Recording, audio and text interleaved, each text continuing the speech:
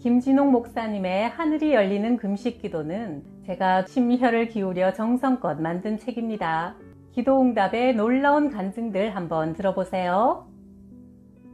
어머니는 88세에 몹시 아파 누우시게 되었는데 어머니가 말했다. 이번엔 내가 죽을 병은 아니다. 하나님께서 2년 뒤인 90세에 나를 불러가시겠다고 말씀하셨다. 하시고는 다시 건강해지셨다. 그 후 90세 되던 새해에 세배드리던 우리에게 어머니가 말했다. 올해는 내가 하늘나라로 가는 해다. 너희도 그리 알고들 있어라. 어머니, 왜 그런 말씀을 하세요? 100세까지 사셔야죠. 하나님이 눈물 고통 없는 천국으로 데려가시는데 기쁘게 가야지 세상에 더 미련둘 게 무엇이 있겠느냐. 확신 있게 말씀하시고는 입으실 수의를 손수 지어 놓으시고 경남 함양에 있는 지리산 두레마을 안 햇볕 잘 드는 양지 쪽에 내 무덤 자리다. 이곳에 묻어주라 명하셨다. 우리는 그런 말을 들으면서도 설마 금년에 돌아가실까 했는데 그해 5월에 알아누우시더니 보름 후 하늘나라로 가셨다.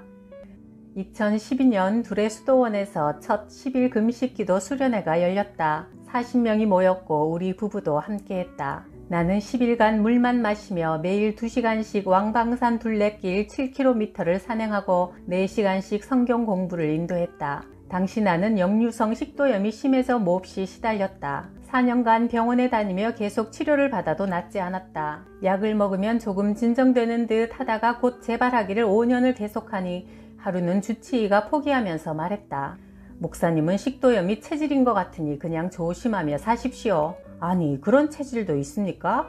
가끔 그런 분들이 있습니다. 목사님의 경우가 체질성 역류성 식도염인 것 같습니다. 담당 의사가 그렇게 말하니 나도 그런가 하며 지났는데 10일 금식이 끝난 뒤 식도염이 흔적도 없이 사라졌다. 한 달쯤 지나도 재발하지 않기에 병원으로 가서 의사에게 농담 반 진담 반으로 말했다. 선생께서는 돌팔이 체질이 있는가 봐요. 내 역류성 식도염이 체질이어서 치료가 안 된다 하시더니 지난달 10일간 금식한 후에 씻은 듯 사라졌습니다. 의사도 계면쩍게 웃으며 말했다. 금식이 그렇게 효과가 크군요.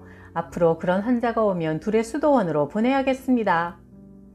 두레마을 공동체가 세워진 후 꼭 하고 싶은 일이 생겼다. 이런저런 사정으로 학교에서 퇴학당하고 떠돌고 있는 중고등학생들을 위한 학교를 세우는 일이었다. 전국에 10여만 명에 이르는 청소년들이 학교를 다니지 못하고 길거리를 헤매고 있었다. 나는 두레 자연 중고등학교라는 이름을 먼저 지어놓고 주민들과 합심 기도를 시작했다. 그런데 학교 건물을 짓자니 5억이 부족했다. 두레마을 식구들은 포기하자고 했다. 두레마을에서 생산한 계란 팔고 배추 파는 우리 형편에 언제 5억을 모읍니까? 내가 말했다. 없는 것을 있게 하시는 분이 하나님이여. 이럴 때는 없다는 소리만 하지들 말고 합심하여 뜨겁게 기도하세. 하나님밖에 믿을 때가 있겠는가? 나는 마침 설날 연휴를 맞아 금식기도를 드리기로 했다. 하나님 아버지, 길 잃은 청소년들을 위해 학교 세우는 일에 5억이 꼭 필요합니다. 어떤 길을 통하든지 허락해 주옵소서. 5일이 지나 기도를 마칠 무렵 마음이 편안해지면서 이 일은 결제되었다는 확신이 들었다.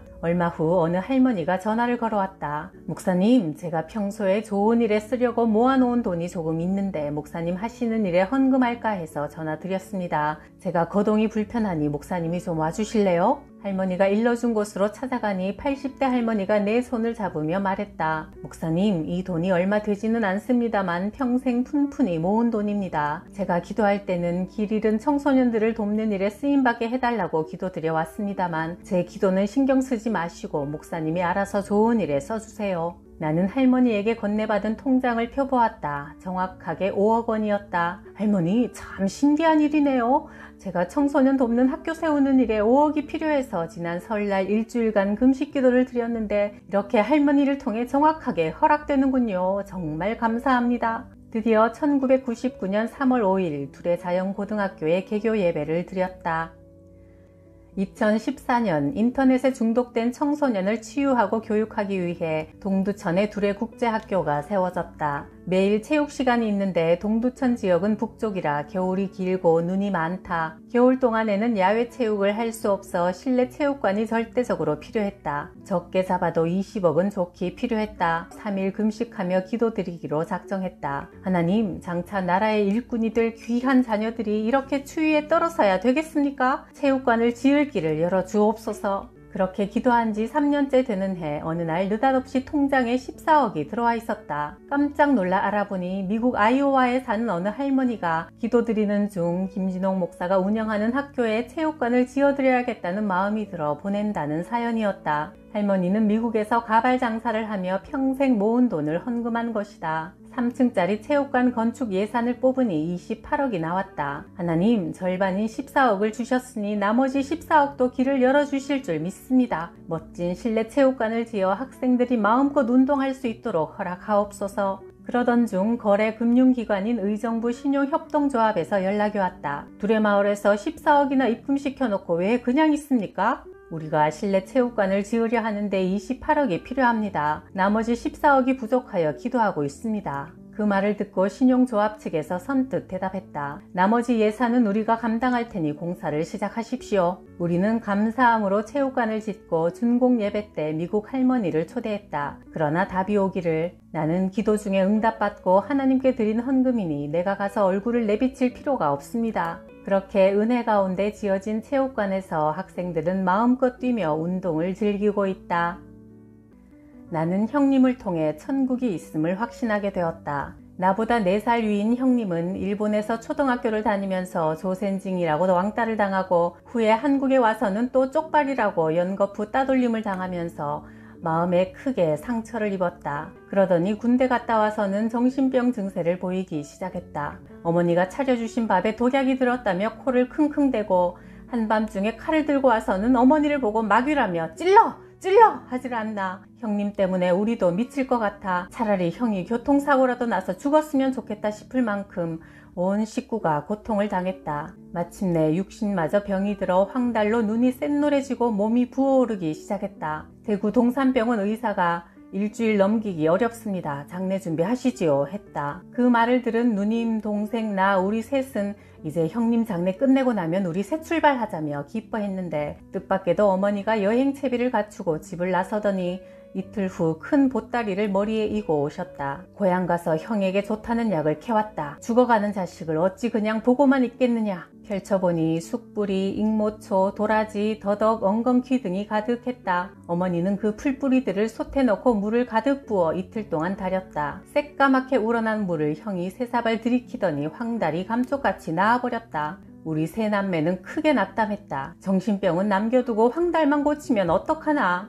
우리는 형의 정신병을 견디다 못해 기도원에 보냈다. 몇 달 후 찾아가 보니 형이 두려운 눈길로 사방을 둘러보며 말없이 울기만 했다. 이상한 생각이 들어 형의 옷을 벗겨보니 온 몸에 매맞은 자국이 끔찍했다. 귀신을 쫓아낸답시고 몽둥이로 무지막지하게 매질한 것이다. 그 모습을 보고 우리는 숙연해졌다. 앞으로는 힘들어도 우리가 일주일씩 당번을 정해 불쌍한 형님을 잘 돌보자. 그래야 나중에 후회가 없을 거야. 형의 손톱 발톱도 깎아주고 성경도 읽어주며 손잡고 기도드리기를 4개월쯤 계속했더니 변화가 일어났다. 형이 말했다. 나도 이제 건강이 좋아진 걸 스스로도 느낀다. 너희들 그동안 나를 위해 애써줘서 고마워. 그러나 간경화로 형은 그 후 오래 살지 못했다. 형님이 세상을 떠나던 날 숨을 거두기 10분 전부터 이변이 일어났다. 온몸에 신비스러운 미소가 번지며 행복이 넘치는 목소리로 말했다. 나 오늘 예수님 나라로 간다. 동생들 그동안 나 때문에 고생 많았지. 가서 예수님께 동생들 잘 봐달라고 부탁드릴게.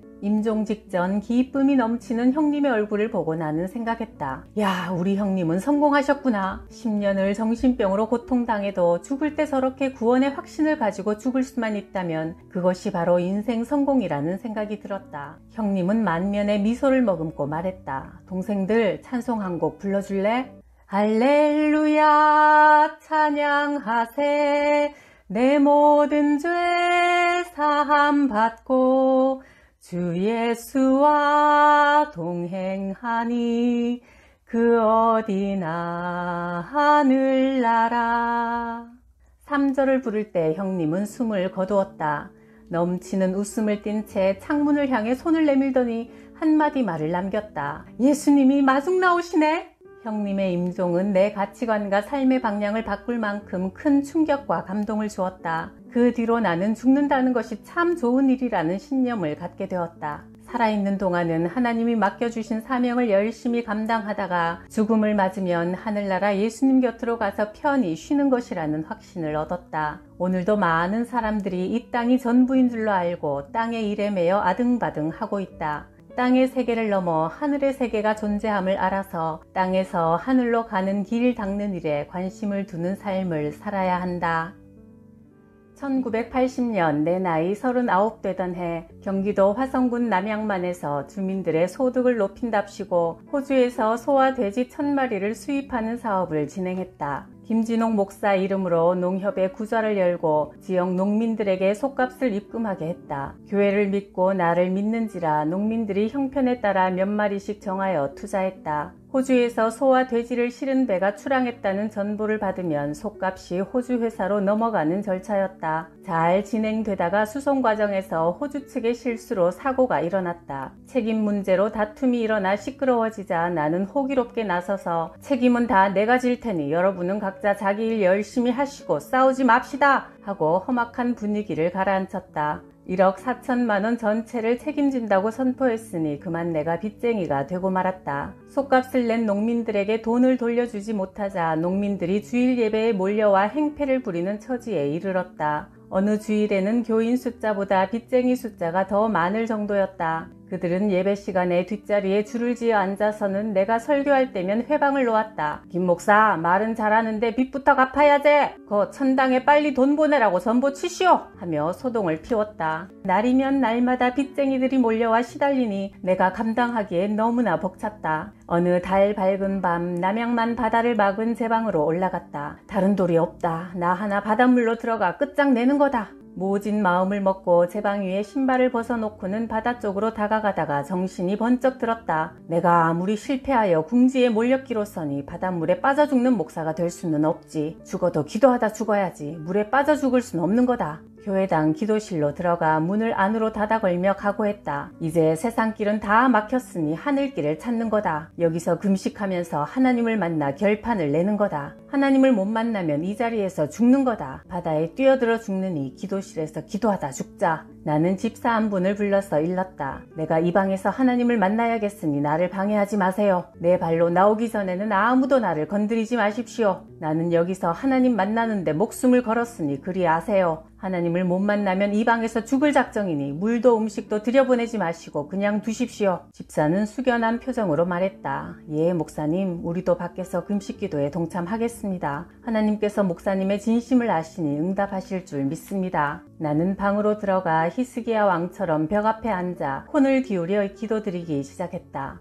하나님, 억울합니다. 제가 나 자신을 위해 돈 한 푼을 챙겼습니까? 땅 한 평을 샀습니까? 다 농민들 위해 한 일인데 하나님의 일꾼이 세상 사람들에게 이렇게 곤욕을 치르도록 그냥 두십니까? 오늘 이 자리에 나타나 주십시오. 그렇지 않으면 나는 여기서 기도하다 죽을랍니다. 하나님 아버지, 저는 히스기야처럼 15년 생명을 연장 안 해주셔도 됩니다. 지금 죽어도 괜찮습니다. 다만 제가 바라는 것은 저를 믿고 돈을 낸 농민들에게 손해가지 않게 해주시고 지난 10년 동안 제 청춘을 걸고 세운 이 교회 간판을 내리지 않게만 해주십시오. 이 교회가 제 교회가 아니고 하나님의 교회 아닙니까? 나는 그렇게 울며 기도드렸다. 5일째쯤 되는 날 밖에서 문 두드리는 소리가 났다. 목사님, 서울에서 어떤 여자분이 찾아와 목사님을 꼭 뵙겠답니다. 집사님, 그냥 돌려보내십시오. 나를 방해하지 마세요. 지금 내가 누굴 만날 처지가 아닙니다. 목사님, 몇 마디만 드리면 된답니다. 그렇게 꼭 할 말이 있으면 밖에서 하라고 하십시오. 그러자 차분한 여자의 목소리가 들려왔다. 김 목사님, 지금 어려움이 있으시지요? 로마서 8장 12절 13절 말씀을 읽어보십시오. 그 말씀에 해결의 길이 있을 겁니다. 그 말을 듣고 내 마음이 뜨악했다. 웬 여자가 목사에게 성경을 읽으라 할까? 그야말로 귀신 앞에 머리 푸는 격이지 하는 생각이 들어 기분이 썩 내키지 않았지만 안 읽기도 마음이 편치 않아 성경을 찾았다. 형제들아, 우리가 빚진 자로 돼 너희가 육신대로 살면 반드시 죽을 것이나 영으로 몸의 행실을 죽이면 살리라. 아니, 성경에도 빚쟁이에 대한 말씀이 다 있네. 감탄하며 다시 읽으니 성령께서 내 마음에 깨달음을 주셨다. 김진옥 목사야, 네가 그동안 영적인 목회를 하지 않고 육신에 속한 목회를 했기에 빚진 자가 된 것이다. 그러고 보니 나는 그동안 주민 조직하는 일, 젖소단지, 양돈단지 세우는 일 등으로 너무나 바빠 기도와 복음 전파에는 소홀했다. 어떤 날은 수요 예배 설교를 미처 준비하지 못한 채 강대상에 올라가 교인들이 찬송 부르는 동안 그날 저날 성경 본문을 찾는 경우까지 있었다. 이런 식으로 목회를 하니 성령께서 기뻐하시지 않는 것이 당연했다. 어느 날 권사 한 분이 열을 내어 내게 따졌다. 김 목사님, 정신 차리세요. 도대체 목사님은 맨날 소 돼지만 따라다니고 교인들이 목사님 만나기가 이렇게나 힘들어서 되겠어요? 예, 권사님, 조금만 참으십시오. 이번 소 일만 마치면 제자리로 돌아갈 겁니다. 목사님, 소 돼지 소리 좀 그만하세요. 목사님은 소 목사인지 사람 목사인지 구별을 못하겠네요. 목사님, 그렇게 소 돼지에만 신경 쓰고 교인들의 영혼을 돌아보지 않으면 하나님께서 목사님을 치실 겁니다. 아니, 권사가 목사한테 공갈 치는 것 같은데요. 공갈이 아니라 글이 될 겁니다. 나중에 후회하지 마시고 빨리 툭툭 털고 목사의 자리로 돌아오세요. 이런 대화를 나눈 것이 얼마 전이었다. 나는 그 자리에서 무릎을 꿇고 회개 기도를 드렸다. 하나님, 제가 잘못했습니다. 하나님의 이름을 앞세우고 사람의 방법과 수단에 매여 뛰어다녔습니다. 하나님의 종이라고 사칭했습니다. 저를 용서해 주옵소서. 기도드리는 중에 마음에 평안이 임하고 어깨를 짓누르던 부채의 부담이 사라졌다. 하나님 아버지, 저를 이 속박에서 풀어주시니 감사합니다. 저를 깨우치시려고 이번 시련을 주신 줄 알았습니다. 이제부터는 기도하고 말씀 붙들고 성령의 도우심을 구하며 영적인 삶으로 돌아가겠습니다. 목사답게 영적으로 살겠습니다. 저를 이끌어 주옵소서. 이렇게 기도드리고는 홀가분한 마음으로 기도실을 나왔다. 얼마 후 우체국에서 돈을 찾아가라고 연락이 왔다. 일본에서 출간된 내 책 새벽을 깨우리로다가 베스트셀러가 되어 거액의 인쇄가 들어와 있었다. 그 일을 시작으로 1억 4천만 원 빚을 하나님께서 봄눈 녹듯 갚아주셨고, 목사님, 어려운 일 있으시지요? 로마서 말씀을 읽어보십시오 하고 일러주었던 그 여인은 지금 내 아내가 되어 있다. 육으로 살던 우리가 영으로 살기로 삶의 방향을 바꾸면 하나님께서 기적으로 응답하신다.